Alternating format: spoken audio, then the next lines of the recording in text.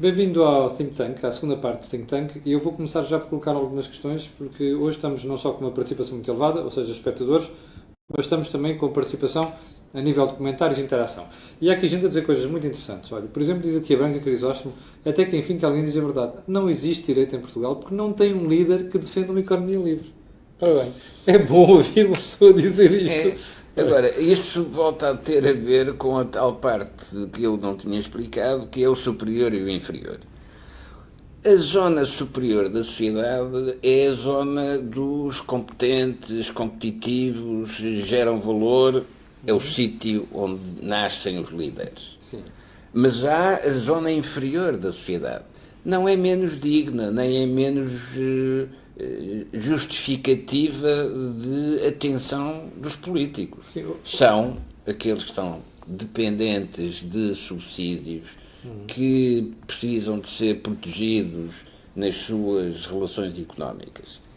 Essa parte da sociedade é maioritária da sociedade portuguesa. E quanto mais envelhecida for a sociedade, mais este grupo aumenta de peso. É um programa que a gente vai ter que fazer um dia destes, se é possível reformar a sociedade portuguesa com tanto envelhecimento de população. Mas hoje tem de ser com isso, porque é isso que vamos ter. Está bem, mas o problema é esse. A questão é, o fazemos a tempo ou fazemos depois a correr atrás do prejuízo. Pronto. Como aconteceu quando foi da Troika. Não é? É isso que nós podemos anunciar já.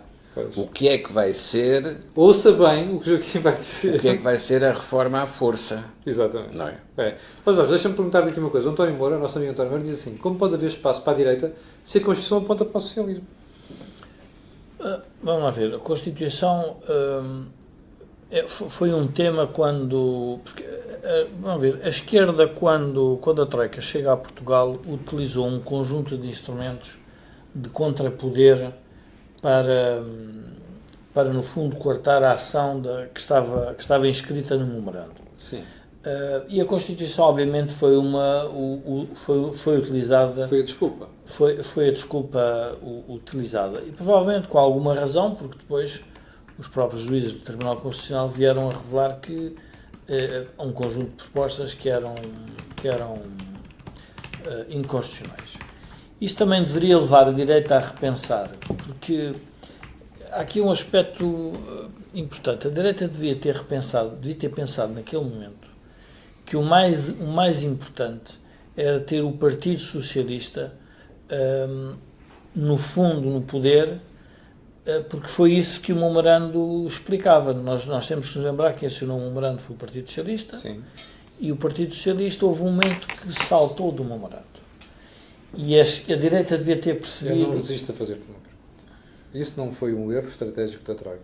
Ou seja, a Não, Troika não não devia ter obrigado o PSD, o CDS e o PS a estarem os três no governo para reformar o país? Não sei se a Troika tinha condições para fazer essa... Tinha a faca de peso na mão? Essa Não fazem obrigatoriedade. Essa obrigatoriedade. O que talvez não tivesse havido foi sabedoria política da direita para perceber que sem o Partido Socialista engagé na solução, Não havia solução. não havia solução. Até porque não se condicionava ao Tribunal Constitucional. Mas isso também é notório, que se este governo não apresenta nenhuma política de ruptura com o sistema, significa que não está a mudar nada. Ou seja, nós temos que perceber que a Constituição está datada. Portanto, estando ela datada, pode ter algumas incongruências com a realidade. Já aqui dissemos no programa, o Joaquim uma vez disse, que o real era inconstitucional. A realidade pode ser inconstitucional. Quer dizer, a Constituição que nós temos não revela a realidade. Sim, não reflete. Não reflete a realidade. E, portanto, isso pode ser também uma maneira de olhar para o problema. Eu volto à questão da liberdade, que pode ser importante. O caminho da direita só pode ser o da afirmação do indivíduo na sociedade, porque o caminho da afirmação do Estado na sociedade está todo ele feito. Mas o que é que tu queres dizer com a afirmação do indivíduo na sociedade? A afirmação do indivíduo na sociedade é a liberdade que as pessoas têm de empreender sem terem dependência de um Estado que ele próprio se concebe como paternalista, para que haja um pacto de conivência. Então explica-me lá, como é que as empresas continuam tão teimosamente a ir beijar a mão do poder? Olha o que se passou com a Porta Editora. Foi a correr mudar os livros, as porque empresas... o ministro mandou dizer à Comissão de não sei quantos de Igualdade de Género, não sabia que existia, não é? Que aquilo não pode ser umas coisas para meninas e outras para meninos. Estás a ver? Mas as empresas têm um objetivo muito claro, Que é ganhar dinheiro, que é ganhar dinheiro. criar riqueza. E, portanto, os instrumentos para ganhar dinheiro, se for a aproximação ao poder, vão fazê-lo. O que nós precisamos é de líderes que percebam que isso não deve ser utilizado. Porque nós não, vamos lá ver, a criação da dependência do político com o eleitor é uma coisa relativamente fácil de fazer. A pergunta é se essa dependência a longo prazo é favorável para o país ou não. Se é saudável ou não. Se é saudável ou não. Luís Silva Camacho. Olha, eu gosto muito do Zeca Afonso, sabe? Por acaso esta não é a música que eu gosto mais, mas eu gosto muito do Zeca Afonso. E vou-lhe dizer uma coisa, tenho muita pena não ter visto nenhum concerto dele, mas vou-lhe dizer outra ainda. Sabe qual é a música que eu gosto mais? Eles comem tudo, não deixam nada. Tenho a impressão que se o Zeca vivesse hoje em dia, diria isso da esquerda. Fico com essa, está bem? Bom, vou voltar aqui à Branca Crisóstomo, que ela diz uma coisa interessante. Ela diz, há muitos cidadãos de direita, mas são ostracizados, e rotulados fascistas, racistas, etc. E ela diz que há uma maioria silenciosa que é completamente calcada, espezinhada, esquecida, que não se identifica com os atuais partidos. Ora bem, vocês os dois acham que há lugar para outros partidos atualmente, nomeadamente para o partido que se assuma claramente direita? Ou são os partidos à direita que têm que se reformar? Não há lugar para novos partidos, direitas radicais, neonazis, todas essas coisas. Mas não é isso que ela estava a dizer. Todas essas coisas que agora aparecem na comunicação. Sim. Esquecendo que os velhos nazis, os reais, foram produzidos pela sociedade europeia num determinado contexto. Sim. Ora, a sociedade europeia, no contexto atual, pode produzir fenómenos partidários do mesmo tipo. Mas não é que sejam melhores ou piores do que das suas versões originárias. O que nós temos que perguntar é porque é que a sociedade produz essas coisas, como estamos a assistir nos Estados Unidos. Bom, ponto essencial por causa da Constituição.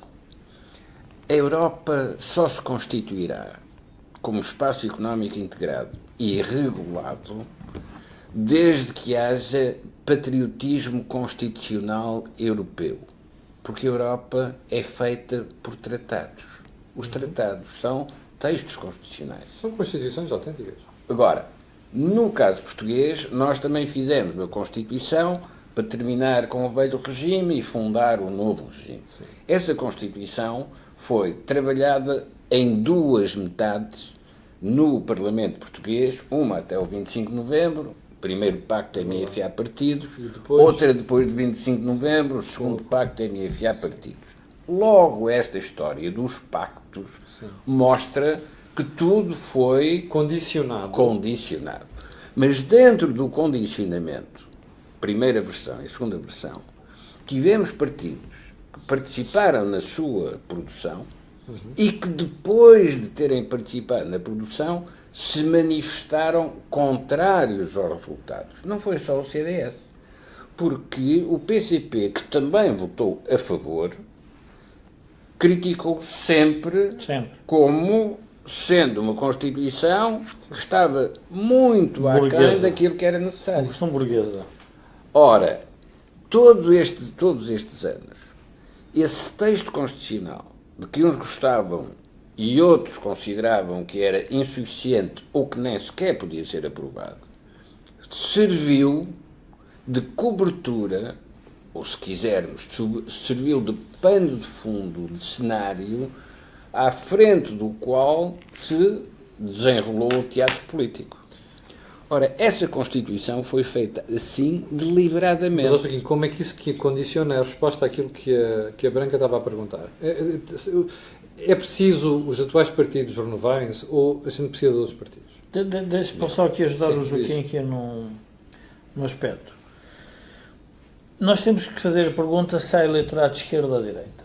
Não. Há um eleitorado que depende do Estado e há um eleitorado que não depende do Estado. Explica-me lá. Tu tens funcionários públicos de um lado e pensionistas do outro. Mas isto é muito importante perceber que se houver um eleitorado com pensamento de direita ou de esquerda, dependente do Estado, vai votar em todos os partidos que venham com um discurso em que o Estado resolve os problemas. Pois. Que no fundo o que é... Mas é o que estão a dizer agora já. Pronto, mas esse é o problema. Portanto, a essência do problema é a própria sociedade portuguesa, como ela hoje está formada.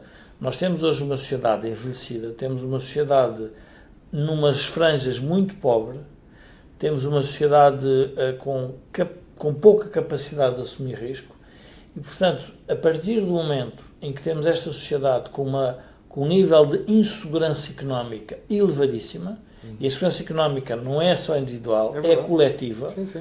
leva a um refúgio em todas as conversas estatizantes, populistas de segurança. Sim. E, portanto, a partir do momento em que isso é uma realidade, a margem de manobra dos partidos diminui drasticamente.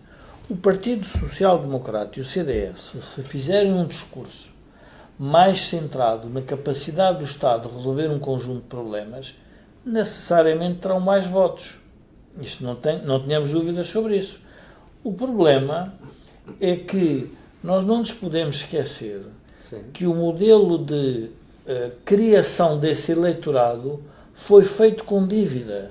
A Branca Crisóstomo está a dizer que ela não disse que estava a sugerir partidos fascistas. Eu disse isso também, Maria Branca. Eu tive cuidado de explicar isso. Eu não interpretei dessa forma. Muito bem. O que eu estava a querer dizer é que nós temos que ter a noção que o eleitorado tem uma forte dependência do Estado e, portanto, todos os partidos se mais ou menos se revêem nessa Constituição. Vamos aqui mais uma questão que é muito interessante. Já agora eu volto a agradecer as pessoas que estão online. Estão tantas como estavam na primeira parte, que chama novidade. Estamos ao nível da semana passada, estamos com muitos views já e com muita participação e com participação de qualidade. Mas eu tinha aqui uma questão interessante para vocês, que é do António Moura, que é um assíduo destas. Obrigado, António. Ele diz assim: vocês não aceitam que o Presidente Marcelo esteja a tentar ganhar uma base de apoio para poder criar um maior equilíbrio esquerda-direita? Vamos lá ver. O Dr. Salazar tinha presidente. O presidente não tinha importância nenhuma, ele próprio escolheu o presidente. Era o corta-fitas. O Dr. Cunhal também tinha um presidente. Sim. E até tinha um primeiro-ministro que apoiava. Ambos têm uma característica que os torna comparáveis. Sim. O papel do Estado que eles comandam. Salazar e Álvaro Cunhal não têm nenhuma diferença. Esquerda-direita, mesma solução.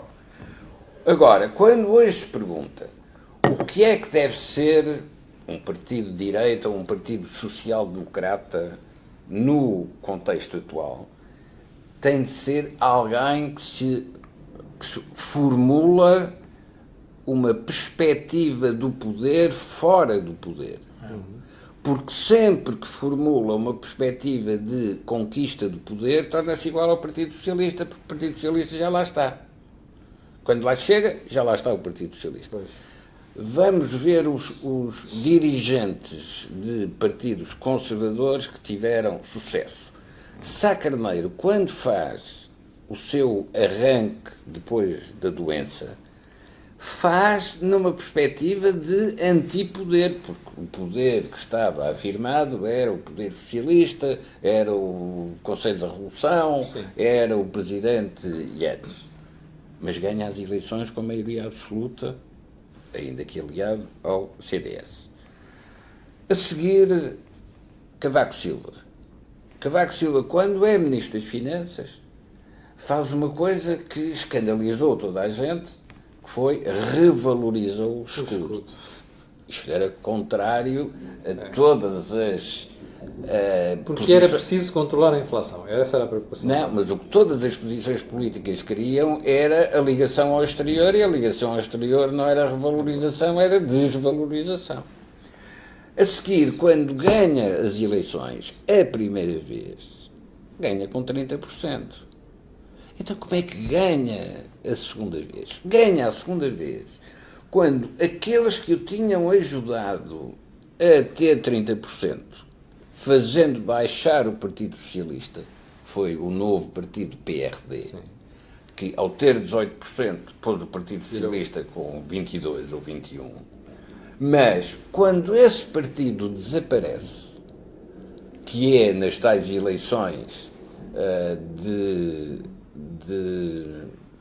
1987. De 87. 87. 1987. As anteriores tinham sido em 85. Sim. 2 anos depois, este partido desaparece, fica com 4%. E o professor Cavaco Silva tem maioria absoluta. Quando o professor Cavaco Silva me perguntou, as eleições foram em julho, Sim. me perguntou como é que você sabia, em abril, que eu ia ter maioria absoluta. E eu expliquei-lhe. Não era mistério nenhum. Não, é que havia só... Joaquim, ouça agora a resposta. O PS vai ter maioria absoluta? Não. Não, porque não tem onde ir buscar. Eu vou explicar onde é que ele foi buscar a maioria absoluta. Sim. Não é a segunda, é a primeira maioria absoluta. Eleições tinham sido em 85, as eleições antecipadas em 87. Diferença 2 anos. Uma sondagem feita em abril, perguntando aos eleitores como é que iam votar agora, 49% diziam votar no PSD.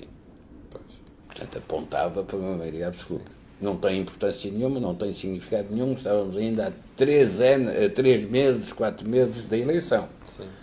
Mas tinha uma pergunta de teste para a amostra. E a pergunta de teste é como é que votou nas últimas eleições? E como é que votou nas últimas eleições? 47% diziam votou nas últimas eleições no PSD. Pois. Aí, analisando os resultados, pergunta-se ao organizador da sondagem, a amostra está errada. Porque não pode ser. 2 anos e as pessoas esqueceram-se do que se tinha passado. Sim. Resposta do organizador, que era o Mário Bacalhau, resposta do organizador da sondagem. A amostra está certa. Então, se a amostra está certa, vai haver maioria absoluta, porque as pessoas, pura e simplesmente, anularam da sua memória o facto de terem votado noutros partidos que não o PSD. Ó Jorge, esta questão do António Moura é uma questão interessante, porque... De qual? Quando ele perguntava há bocadinho se o Presidente Marcelo estava aqui a criar um espaço de esquerda e direita, uma das perguntas que me fazem muito frequentemente, aqui às vezes até em privado, porque as pessoas têm receio de fazer pergunta em público, é se o Presidente Marcelo, a ele convém que haja um partido com maioria absoluta, ou se convém que esteja tudo assim, que é para ser ele a mandar. Nós temos que ler as intervenções do professor Marcelo exatamente como temos que ler as intervenções do professor Cavaco da mesma forma. Quando o professor Cavaco fala na verborreia, de alguma forma interpretamos todos que se estava a referir ao professor Marcelo. Sim. E não estava? Não, mas a pergunta é...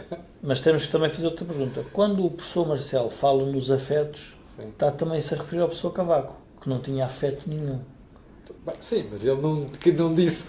eu não gosto que os presidentes não tenham qualquer afeto. Não, mas o que eu quero dizer é que a oposição é natural, Sim. entre a maneira de exercer a magistratura da presidência. Pois, é verdade. E, portanto, cada um critica-se por essa sua, diria ser, por esse seu estilo de caráter.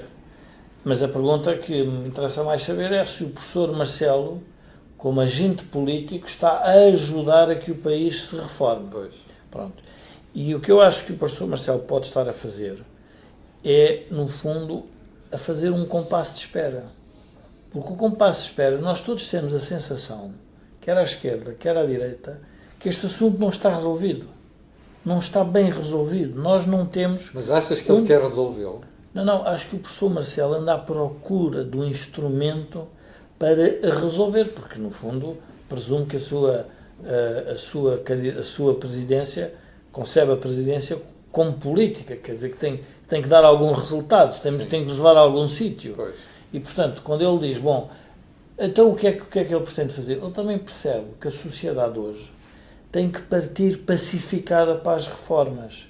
O problema é se esta forma de fazer este pacifismo se não torna a sociedade resignada. Mais apática ainda. Mais apática. E, portanto, nós estamos com um problema muito sério, porque eu percebo, nós não temos nenhum desígnio nacional. Não temos. À esquerda e à direita. Não há nenhum desígnio. há o mesmo desígnio exatamente igual do PSD de Passos Coelho e do PS de António Costa, que é melhorar o rating da República. Esse é o desígnio exatamente igual. Isto devia ser um instrumento, não é? E esse é o instrumento que os dois utilizam. Não era o desígnio. Mas ninguém consegue explicar onde é que a sociedade nos leva. Onde é que nós temos que ir? Não? Temos sempre falado aqui na ideia do superior e do inferior. Teria que haver um desígnio nacional, que é o desígnio de vencer na Europa e nesta globalização. Sim. Mas vencer na Europa e nesta globalização obriga-nos a discutir tanta coisa. Pois é, e nós hoje já chegámos ao limite do nosso tempo. Aliás, cedemos largamente o limite do nosso tempo, mas mesmo assim eu mantive que estava a vir aqui, estavam 150 pessoas. Mas mesmo assim ainda quero dizer uma coisa. O tal dirigente que quiser revitalizar a direita... Sim. Tem de ter a perspectiva dos templários, que é faz o que tem de ser feito e não faz o que compra votos. E com esta reflexão de Joaquim Aguiar, vamos encerrar hoje, pedindo desculpa ao Joaquim. Eu quero agradecer às pessoas, porque tiveram um número recorde de pessoas em direto, porque se mantiveram com o mesmo número em direto na segunda parte, porque temos aqui um nível de interação muito bom do ponto de vista de conteúdo e até do número. E tenho a certeza que esta semana vamos voltar a bater o recorde. Muito obrigado pela sua colaboração. Não se esqueça de fazer aqui partilha, goste e partilha. E nós voltaremos na próxima semana sempre a tentar analisar aquilo que são os problemas estruturais do país. Quanto a mim, eu voltarei amanhã às 8 da manhã com um comentário matinal. Fico por aí e muito obrigado.